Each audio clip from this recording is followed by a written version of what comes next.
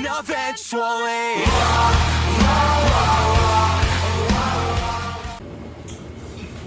이 시간 하나님께서 우리에게 주신 말씀은 디모데후서 4장 3절부터 8절 말씀입니다. 오수영 목사님 성경 공독해 주시겠습니다. 하나님께서 오늘 우리에게 주신 말씀은 디모데후서 3장 4장 3절에서 8절까지 말씀입니다. 말씀을 공독하겠습니다. 때가 이르리니 사람이 바른 교육을 받지 아니하며 귀가 간지러워 자기의 사욕을 따를 스승을 많이 두고 또 그 귀를 진리에서 돌이켜 허탄한 이야기를 따르리라. 그러나 너는 모든 일에 신중하여 고난을 받으며 전도자의 일을 하며 내 직무를 다하라. 전쟁과 같이 내가 벌써 부어지고 나의 떠날 시간이 가까웠도다. 나는 선한 싸움을 싸우고 나의 달려갈 길을 마치며 믿음을 지켰으니 이제 후로는 나를 위하여 나의 멸류관이 예비되었으므로 주 곧 의로우신 재판장이 그날에 내게 주실 것이며 내게만 아니라 주의 나타나심을 사모하는 모든 자에게 도니라. 아멘.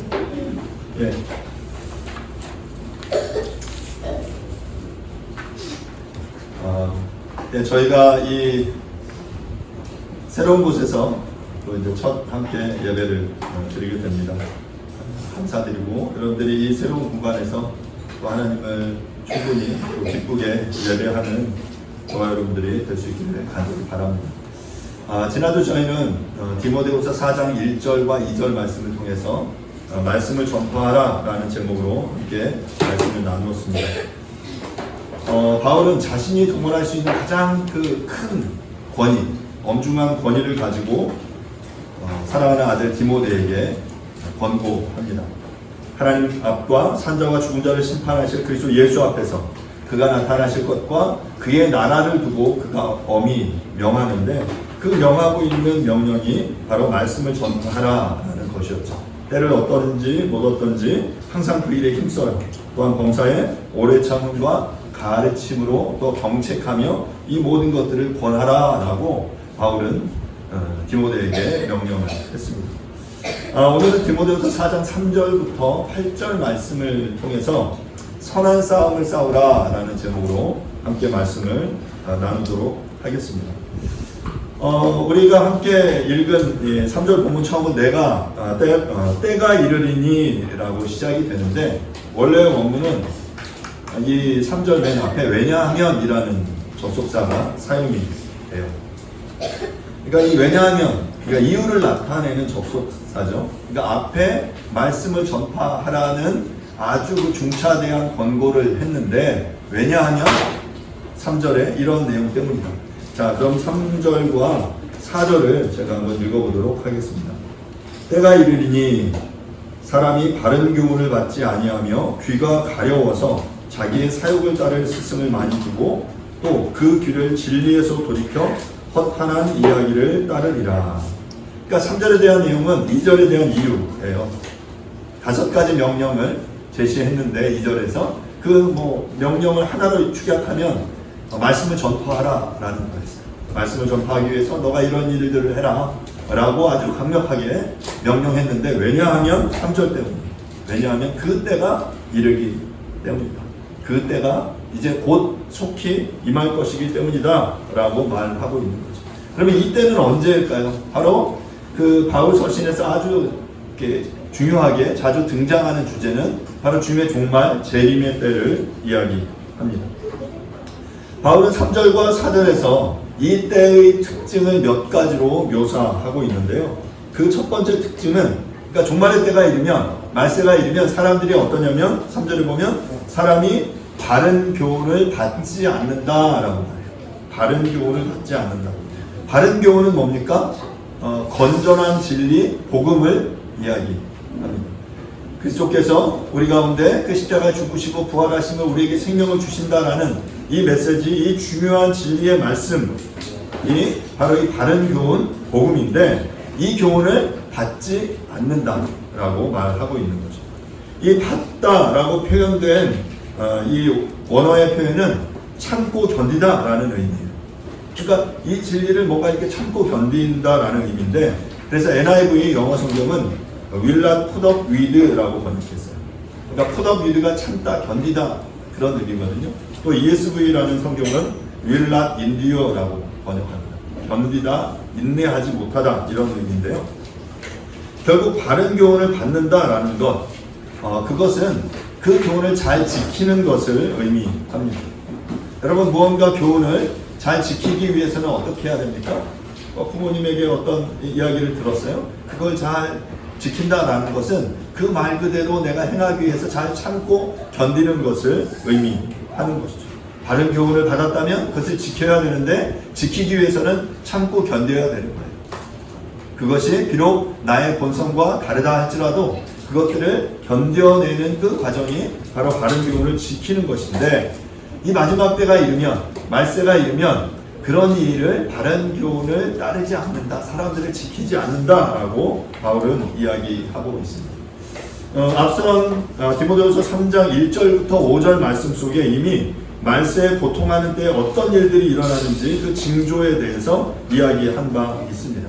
말세에 고통하는 때가 이르면 사람들이 바른 교훈, 말하자면 구원에 이르도록 하는 진리의 말씀인 그리스도의 복음을 제대로 받지 않고 이것을 삶으로 제대로 살아내지 못하고 또한 더 강하게 나아가서 이 진리를 이제 배척하게 될 거다.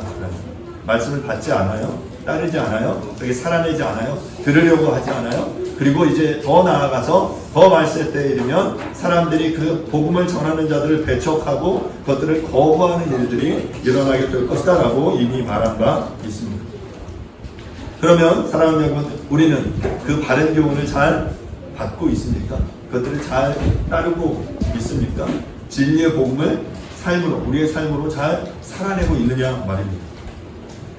또한 말세의 두 번째 특징은 귀가 가려워서 자기의 사욕을 따를 스승을 많이 둔다라고 말합니다. 여러분, 귀가 가려운 게 무슨 말일까요? 아까 우리 오수일장 읽으시면서 귀가 간지러워서라고 얘기했어요. 네, 아주 잘 번역하셨는데 귀가 간지러워요.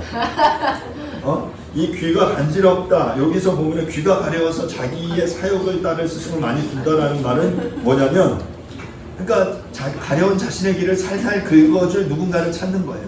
그러니까 다른 말로 이야기하면 내 귀를 즐겁게 해줄 그 사람들의 이야기만을 쫓아 살아가는 그 시대가 이르게 된다라는 거죠. 그러니까 나에게 불편한 이야기를 하는 사람들이 있어요. 그런데 여러분 잘 생각해 보시면 그 불편한 이야기가 대부분 나를 성장시키는 이야기예요. 나를 지켜주는 이야기고 나를 이 믿음에서 더욱더 성장하게 하는 이야기. 그런데 나의 귀를 이렇게 즐겁게 해주는, 이렇게 긁어주는 이야기는 뭐냐면, 살살 이렇게 긁어주는 이야기는 그냥 정말 내가 원하는 나의 어떤 소욕, 나의 욕망을 쫓아가는 그런 이야기를 말하는 것이죠.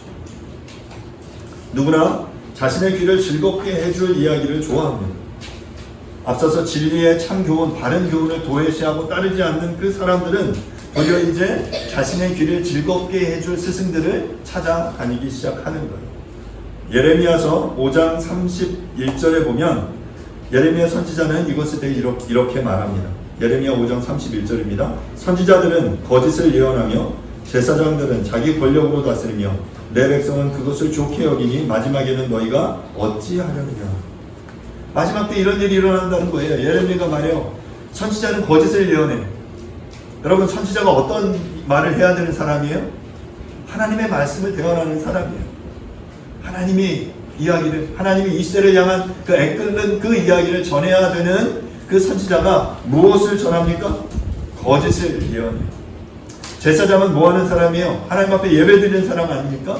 하나님 앞에 거룩함으로 성결한, 거룩한, 정결한 예배를 집전하고 준비하는 사람이 바로 제사장인데, 제사장은 어떤 일을 하냐면 자기의 권력으로 다스린다라는 말. 다른 말로 이야기하면 자신의 사욕, 본성의 욕망을 이루기 위해서 자신의 권력을 이용하는 거예요. 그러니까 제사를 드리면서 사람들의 것을 착취하는 그런 일을 제사장들이 하는 그 시대가 임한다. 그리고 더 나아가서 사람들이 이런 걸 좋아해요. 이런 것들을 따른다라고 말하는 것이죠. 사랑하는 여러분, 진정한 스승은, 참 부모는 우리의 귀에 즐거운 소리를 해주는 사람이 아니라 제자의 잘못을, 자식의, 자녀의 잘못을 정확하게 지적해주고 그 귀에 쓴 소리를 할 줄 아는 사람입니다. 사랑 여러분, 여러분 주변에는 여러분에게 그런 쓴 소리를 해주는 사람이 있습니까? 네. 그러면 여러분 그 쓴 소리를 듣고 여러분들이 여러분의 그 삶을 변화시킬 마음이 계십니까? 네. 네, 여러분 우리 주변에 그렇게 나를 향해 나를 불편하게 하는 소리를 해주는 사람들이 여러분들이 반드시 있기를 간절히 바랍니다. 그리고 여러분들이 그 소리를 들을 준비가 되어 있기를 간절히 바랍니다. 나의 귀를 즐겁게 해주는 그 소리에 열광하고 나를 편하게 해주는 그 소리, 그 이야기들만은 쫓아 다니는 자들이 아니라 나를 불편하는 그 소리에 귀 기울이는 저와 여러분들이 될 수 있기를 간절히 바랍니다. 이어서 4절은 그 동일한 이야기를 하는데요. 그 귀를 진리에서 돌이켜 허탄한 이야기를 따르리라. 앞서 말했잖아요. 나의 귀를 즐겁게 해주는 사람 스승을 많이 쫓아요. 그러면서 나아가서 진리를 듣지 않고 진리에서 귀를 돌이켜서 어떤 이야기를 따라요? 허탄한 이야기를 따르리라 라고 말하고 있습니다. 초대교회 교우 알렉산드리아의 클레멘트는 이렇게 말했습니다. 귀를 즐겁게 하기를 원하는 사람들의 귀를 간지럽게 후벼주기를 좋아하는 스승들은 어느 시대에나 존재합니다. 여러분 이 시대에도 여러분 그 주변을 찾아보면 여러분 요즘 뭐 유튜브나 이런 내용들 찾아보면 나의 귀를 즐겁게 해주는 수많은 이야기들이 거기에 있습니다. 뭐 그냥 유쾌한 오락의 이야기만이 아니라 사람들이 예배 시간에 설교를 하면서도 사람들을 의식하고 그 사람들을 불편하게 하는, 그래서 정말 하나님이 이 시대를 향해서 그 주시는 그 안타까운 애통해하는 그 메시지가 아니라 정말 그들의 귀를 즐겁게 해주는, 그들의 마음을 편안하게 해주는 그 소리, 그런 이야기를 더 많이 하는 것 같아요. 그리고 사람들은 이제 진리를 돌이켜서 그런 이야기, 그런 허탄한 이야기를 좇고 있는 것이죠. 3절에서 말한 대로 바른 교훈, 진리를 받지 않고 자신의 귀를 만족시킬 스승을 많이 두고 따르는 이들은 필연적으로 진리에서 돌이키게 되고 허탄한 이야기를 따르게 됩니다. 사랑 여러분, 빛은 어둠을 몰아냅니다. 진리는 거짓을 폭로하고 죄를 지적합니다. 하지만 반대로 빛이 아니라 어둠을 좋아하고 진리가 아니라 거짓을 따르는 이들은 점점 더 그 빛과 진리로부터 멀어지게 될 것입니다.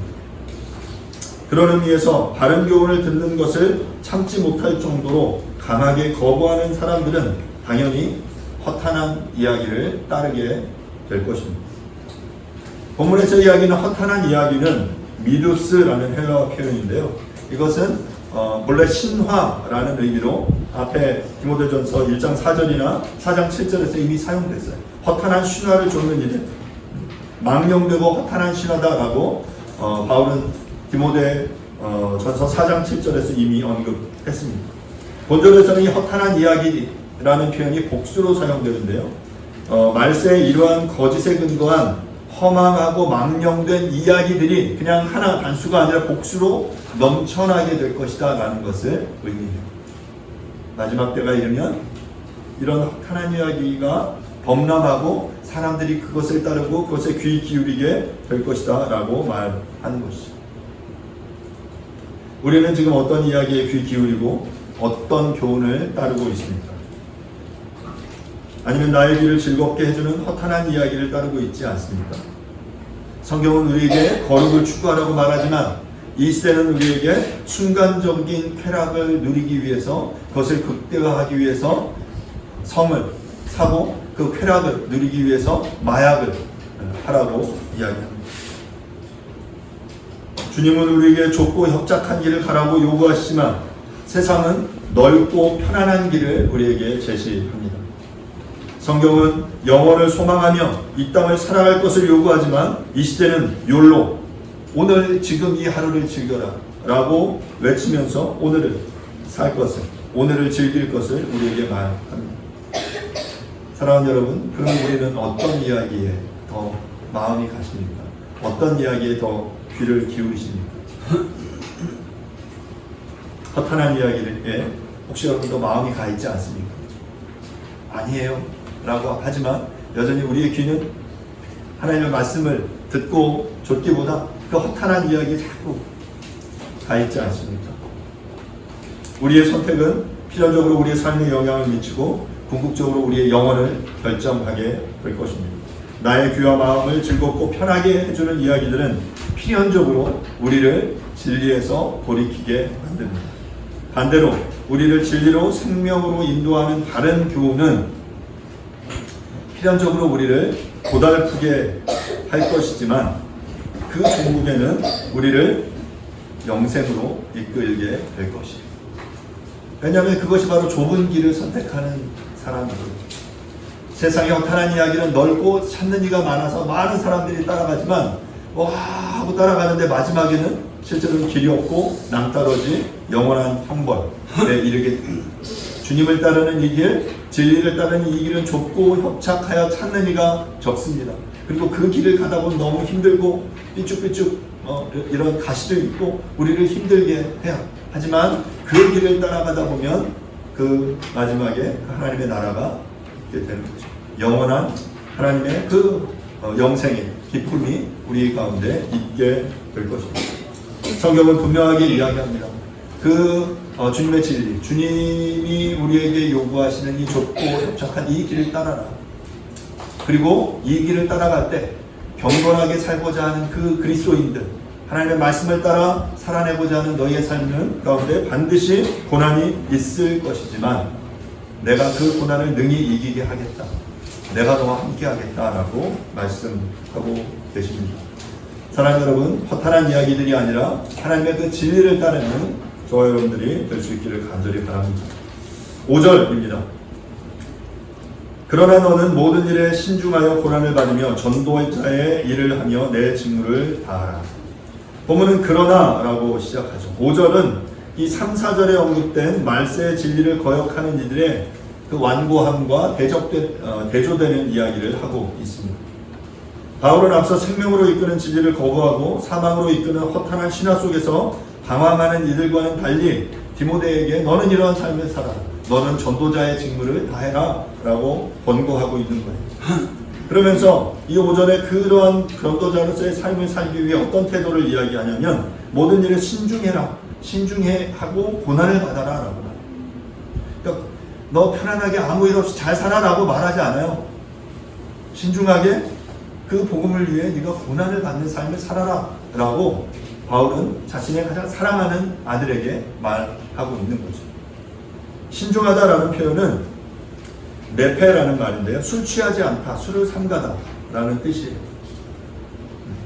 그러니까 술 취하면 이성적으로 판단하지 못하고 성급하고 감정적으로 반응하게 되는데 목회자는, 복음 전도자는 이처럼 신중해야 하기에 이런 술 취한 것과 같은 감정적인, 충동적인 상태에 있어서는 안 된다라고 말하는 거예요. 그러면서 고난을 받아라 라고 말합니다.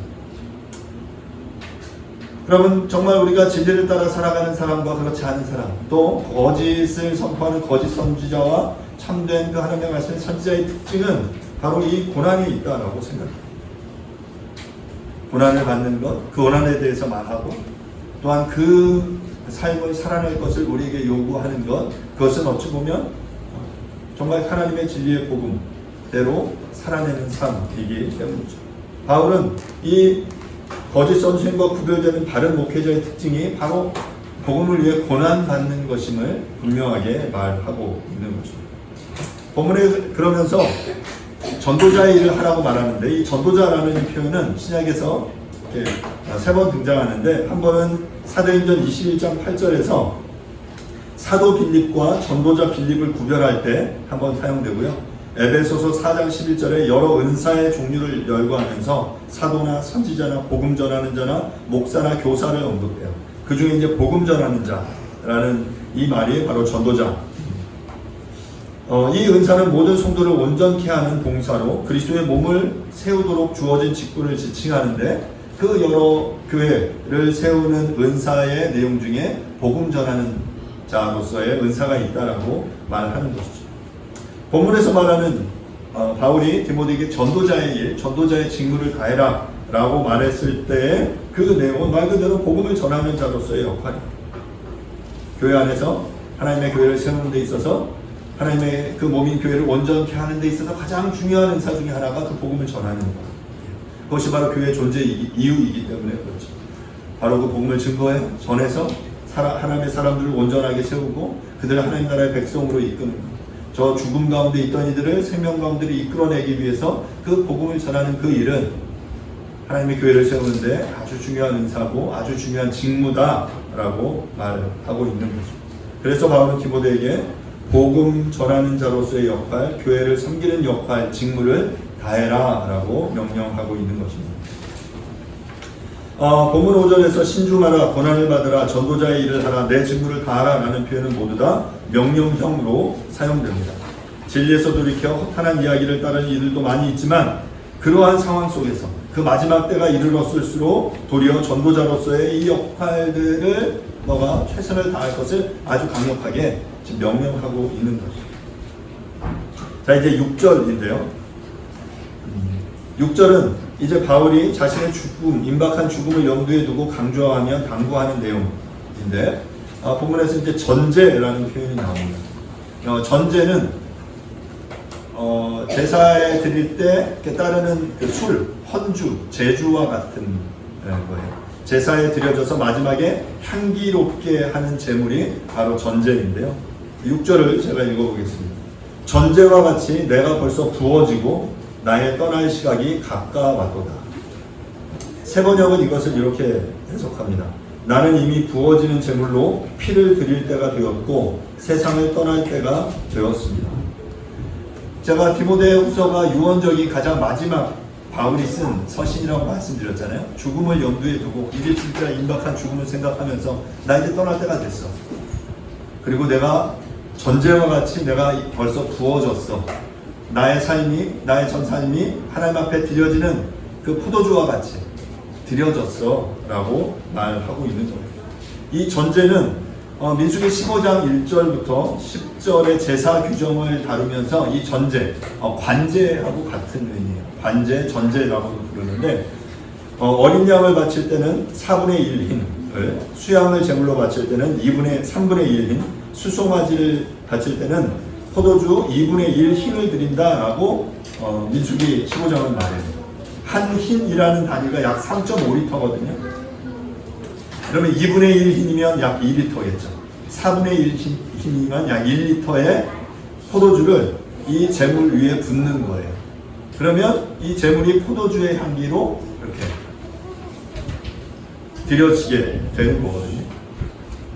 바울은 지금 마지막 죽음을 생각하면서 자신의 삶이 이미 그렇게 부어졌던 것처럼 마지막도 그렇게 드려지기를 바란다 라고 말해요. 마지막 피 한 방울까지라도 하나님의 제단에 쏟아부어서 여호와 앞에 향기로운 삶을 살아내겠다 라는 그 결연한 의지를 지금 말씀을 통해 보여주고 있는 것입니다. 앞서 바울은 로마서 12장 1절에서 이렇게 말한 바 있는데요. 그러므로 형제들아 내가 하나님의 모든 자비하심으로 너희를 관하노니 너희 몸을 하나님이 기뻐하시는 거룩한 산 제물로 드리라. 이는 너희가 드릴 영적 예배니라. 너희 몸을 거룩한 산 제물로 드려라. 이것이 너희 영적 예배다 라고 말했어요. 실제로 너희의 삶을 그렇게 드리는 것에 대한 이미지를 보여줬거든요. 그렇다고 해서 뭐 실제로 이거 자신을 이렇게 공양해라 라고 소신 공양해라 라는 그런 의미는 아니지만 실제로 바울은 그런 의미로 그런 그 마음으로 자신을 모두 다 하나님 앞에 드려서 정말 거룩한 산 제물로 드리기를 바랬고 그렇게 이야기했고 이제 디모데후서 마지막 이 본문 속에서 내가 그렇게 관제와 같이 마지막에 그렇게 드려진다 라고 말하고 있는 거예요. 이처럼 바울은 분명하게 자신의 믿음의 경주의 결승점 마지막을 자각하면서 자신의 죽음을 염두에 두면서 자신의 몸을 모든 것을 쏟아붓고 가겠다라고 말하고 있는 것입니다. 본문 속에 떠날 시각이 가까웠다라고 말하는데요. 이 떠날 시각이 라는 표현이 카이로스, 하나님의 때, 바로 자신의 이 죽음의 때가 바로 그 하나님의 손에 달려있다라는 것을 그가 고백하는 거죠. 그 떠날 시각이 되면, 그리고 그 떠나다라는 표현은, 헬라어 표현은 느슨하게 만들다 풀어놓다의 의미의 헬라어인데요. 이것은 선원이 배를 바다로 출항시키기 위해 정박해 두었던 배의 줄을 푸는 것, 여행자가 새로운 행성지로 향하기 위해 자신이 기구하던 텐트를 걷는 것 같은 이미지를 연상시키는 표현이에요. 그러니까 그 항구에 있던 그 정박해 두은 닷을 풀었고 텐트를, 이 땅에서의 삶에 텐트를 짓고 우리가 이 땅 가운데서 캠핑을 하며 살았다면 이제 그 텐트를 걷고 하나님의 공양으로 돌아가는 것을 의미하는 것이 바로 이 떠날 시각이 가까웠다. 이제 내가 이 땅이 나의 삶의 본향이 아니라 내가 이 땅은 잠시 하나님이 보내셔서 나그네로 살았다면 이제 이 땅을 떠나야 할 때가 임할 것이고 그때가 가까웠다. 그리고 그때가 되면 내가 나의 모든 것을 쏟아붓고 간다 라고 말하고 있는 것이죠. 결국 바울은 지금 자신의 죽음이 임박했음을 디모데에게 말하고 있는 것입니다. 이제 오늘 본문의 마지막 7절과 8절인데요. 이게 바울의 가장 유명한 예언, 유언에 해당되는 메시지입니다. 제가 7절과 8절을 읽어보겠습니다. 나는 선한 싸움을 싸우고 나의 달려갈 길을 마치고 믿음을 지켰으니 이제후로는 나를 위하여 의의 면류관이 예비되었으므로 주 곧 의로우신 재판장이 그날에 내게 주실 것이며 내게만 아니라 주의 나타나심을 사모하는 모든 자에게도니라. 앞서 6절이 바울의 임박한 죽음을 이야기하고 있다면 이제 본절은 죽음을 앞두고 바울이 지나온 과거 속에서 전도자로서 어떤 일을 행했는지를 고백합니다. 첫 번째 7절에 뭐라고 말하냐면, 오늘 제가 설교 제목을 선한 싸움을 싸우라 라고 말했는데 바울은 내가 선한 싸움을 싸웠다 라고 말해요. 그럼 바울의 일생을 생각해 보시면 그가 다메섹 도상에서 부르심을 받은 이후의 삶 속에서 그는 지속적으로 선한 싸움을 싸우는 삶을 살아냈습니다. 본문에서 말하는 싸움이라고 번역된 아고나라는 의미는 마치 군인이 전쟁에서 피 흘리기까지 싸우는 것을 의미하는 그런 뉘앙스의 표현이에요. 영적인 전투에서 피 흘리며 싸우는 것, 분투하는 것 뿐만 아니라 이 싸움이라는 표현이 뒤에 나오는 표현과 연결지어 보면, 달려갈 길이라는 표현과 연결지어 보면 운동 경기를 가리킨다라고 볼 수도 있어요. 바울은 자신이 이 올림픽 경기에 참가한 선수와 같이 믿음의 선한 경주를 싸웠고 이제 그것이 결승점을 통과하고 있음을 선언하고 있는 것입니다. 제가 몇 번 말씀드렸는데 제가 좋아하는 프로 중에 골 때리는 그녀들이라는 표현, 그 프로그램이 있어요. 거기 보면 그 여인들이 그 셀럽들이죠. 모델들도 나오고 가수들도 나오고 영화 배우들도 나오고 개그맨들도 나오고 여러 여성들이 나와서 거기서 막 이게 축구를 하는데 처음에 진짜 못했어요. 킥도 못하고 이렇게 드리블도 안 되고, 근데 시간이 지나면서 열심히 연습을 해요. 하더니 이제 점점 이제 뭔가 이렇게 그 폼을 갖춰 나가기 시작해요. 그 중에 한번 이제 경기를 보는데 어떤 한 팀의 주장이 막 파이팅을 외치면서 함께 운동하는 그 동료들을 향해 이렇게 외칩니다. 뭐라고 해야 돼요? 이제 전쟁이야. 나가서 최선을 다해서 마치 전쟁인 것처럼 싸우자라는 그런 의미겠죠. 그리고 그들의 실제로 뛰는 모습을 보면, 파이팅하는 모습을 보면 웬만한 이렇게 선수들 못지않은 이렇게 부상 투혼을 벌이기도 하고 이렇게 실제로 이렇게 부딪혀서 이렇게 부상을 입기도 하는 모습을 봅니다. 저는 그걸 보면서 그들의 그러한 그 투지에 감동합니다. 야, 저런 싸움에도 전쟁이라고 외치면 저렇게 열심히 뛰는데 우리는 우리의 삶 속에 하나님께서 우리에게 선한 싸움을 맡겨주셨다. 바울은 그렇게 자신의 생명을 바쳐서 그런 싸움을 싸웠다라고 말하는데 나는 과연 정말 그 정도의 싸움을 살아내고 있는가, 싸워내고 있는가. 지금 바울은 말해요. 나는 선한 싸움을 싸웠다라고 고백하고 있어요. 그리고 두 번째, 그는 뭐라고 고백하냐면 나는 달려갈 길을 마쳤다라고 말합니다. 달려갈 길, 이건 뭐 경주 코스예요. 아마도 뭐 이것이 이제 마라톤 경주를 연상시킨 것이 아닌가 생각이 되는데 그리스가 전투에서 승리한 소식을 마라톤 평야를 달려와서 전했습니다. 그때 그 승리를 외치고 그 전령은 죽었다라고 말하죠. 42.195km를 달려와서 이제 그 믿음의 경주를 뛰고 그 경주를 마치면서 이제 승리의 소식을 전하고 이제 죽은 거예요. 지금 바울이 이 믿음의 선한 싸움, 믿음의 이 경주의 마지막 결승선을 지금 보고 있는 거예요. 내가 이제 그 믿음의 경주를 나의 달려갈 길을 마쳤다라고 말하는 거죠. 이 마치고라고 번역된 테텔레카라는 표현은 끝까지 완수하다라는 의미예요. 현재 완료형입니다. 바울이 자신에게 하나님께서 위탁하신 그 영광스러운 복음 전파의 경주를 중도에 포기하지 않고 그 궤도에서 이탈하지 않고 끝까지 수행했고 이제 그 사역 경주를 완주하고 있음을 그가 말하고 있습니다. 사랑하는 여러분, 우리의 이 믿음의 이 경주를 여러분들이 온전히 그 완주할 수 있기를 바랍니다.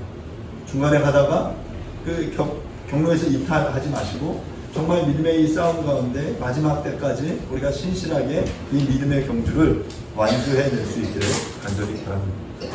세 번째로 바울은 믿음을 지켰다라고 말해요. 믿음으로 번역된 피스티는 그리스도 예수에 대한 신실성을 말합니다.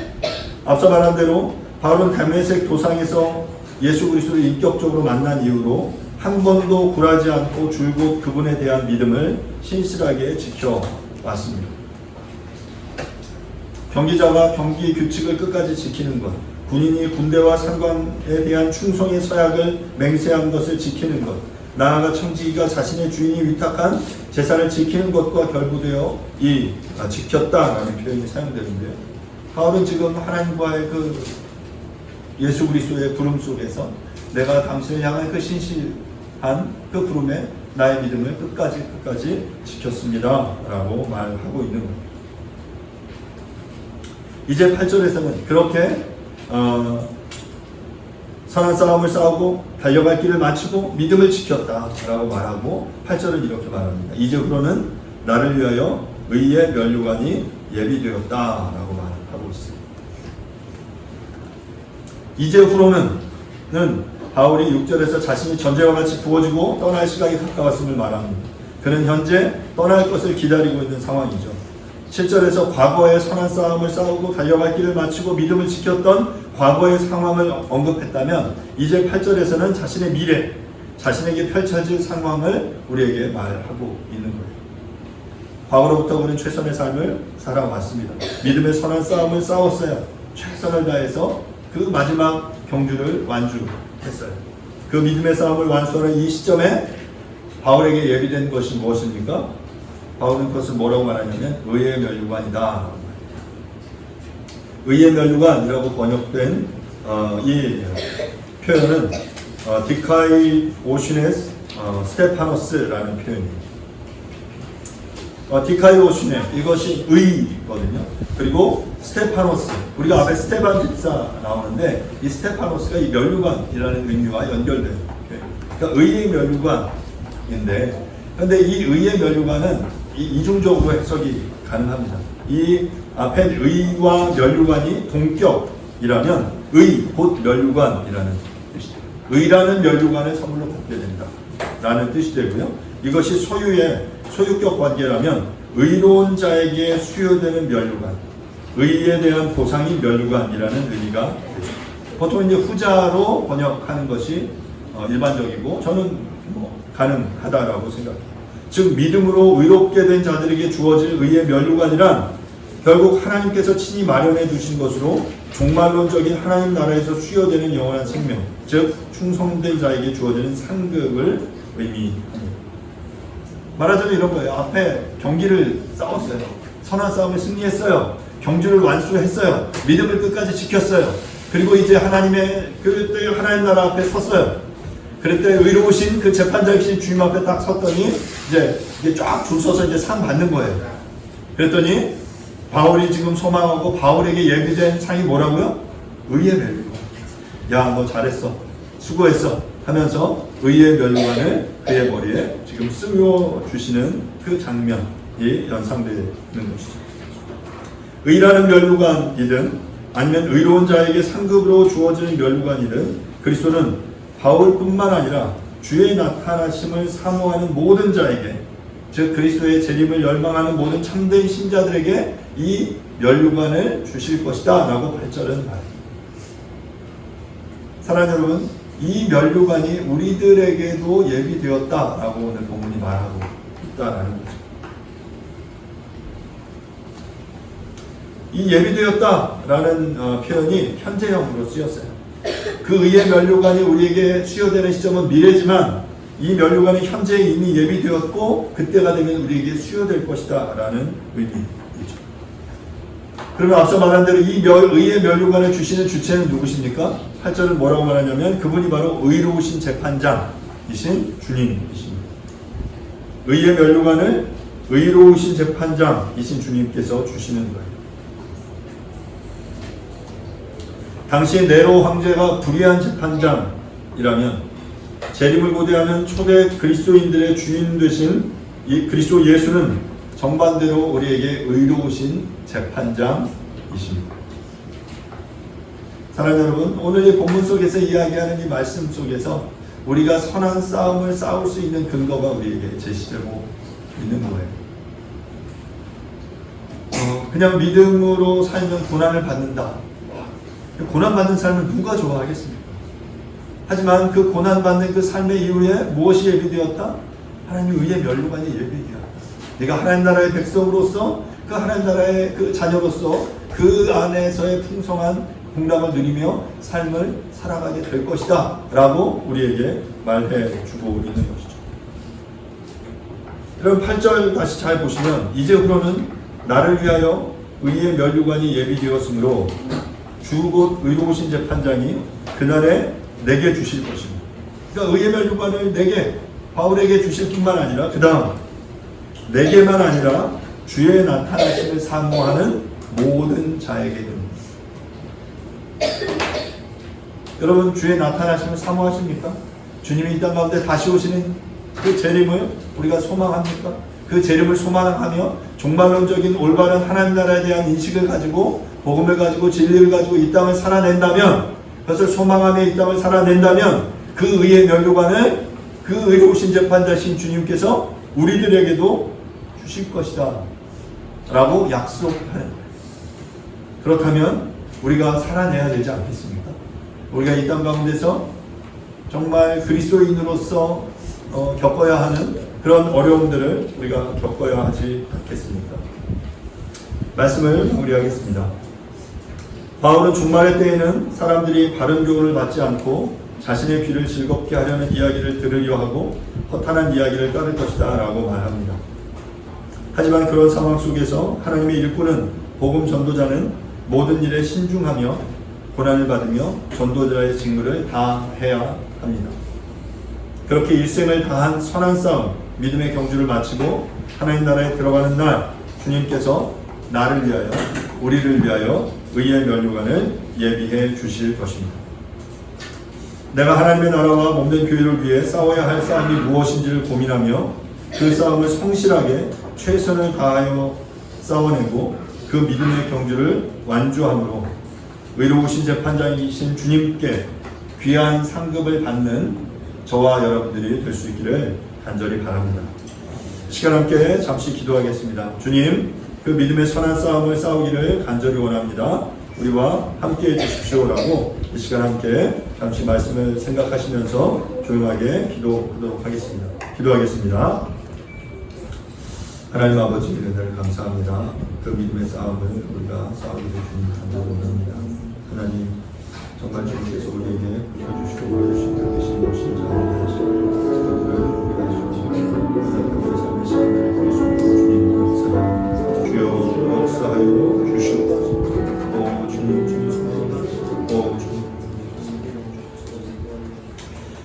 나는 선한 싸움을 싸우고 나의 달려갈 길을 마치고 믿음을 지켰으니 이제 후로는 나를 위하여 의의 면류관이 예비되었으므로 주 곧 의로우신 재판장이 그날에 내게 주실 것이며 내게만 아니라 주의 나타나심을 사모하는 모든 자에게는이라. 주님, 그 마지막 때가 이르게 될 텐데 하나님, 그때 우리가 허탄한 이야기를 따르지 않고 온전히 진리를 좇는 자들로 살아갈 수 있게 도와주옵소서. 그래서 정말 주님께서 우리에게 맡겨주신 그 믿음의 선한 싸움을, 그 믿음의 경주를 승리하고 완수해낼 수 있도록 주님 도와주시옵소서. 그러하였을 때 의로우신 재판장이신 우리 주님께서 우리에게 의의 면류관을 예비해 주실 것입니다.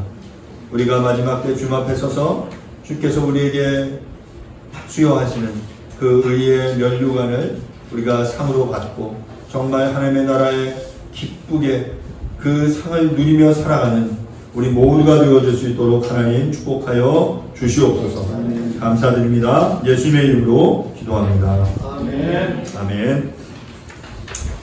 이 시간 교리문답 36번 문항입니다.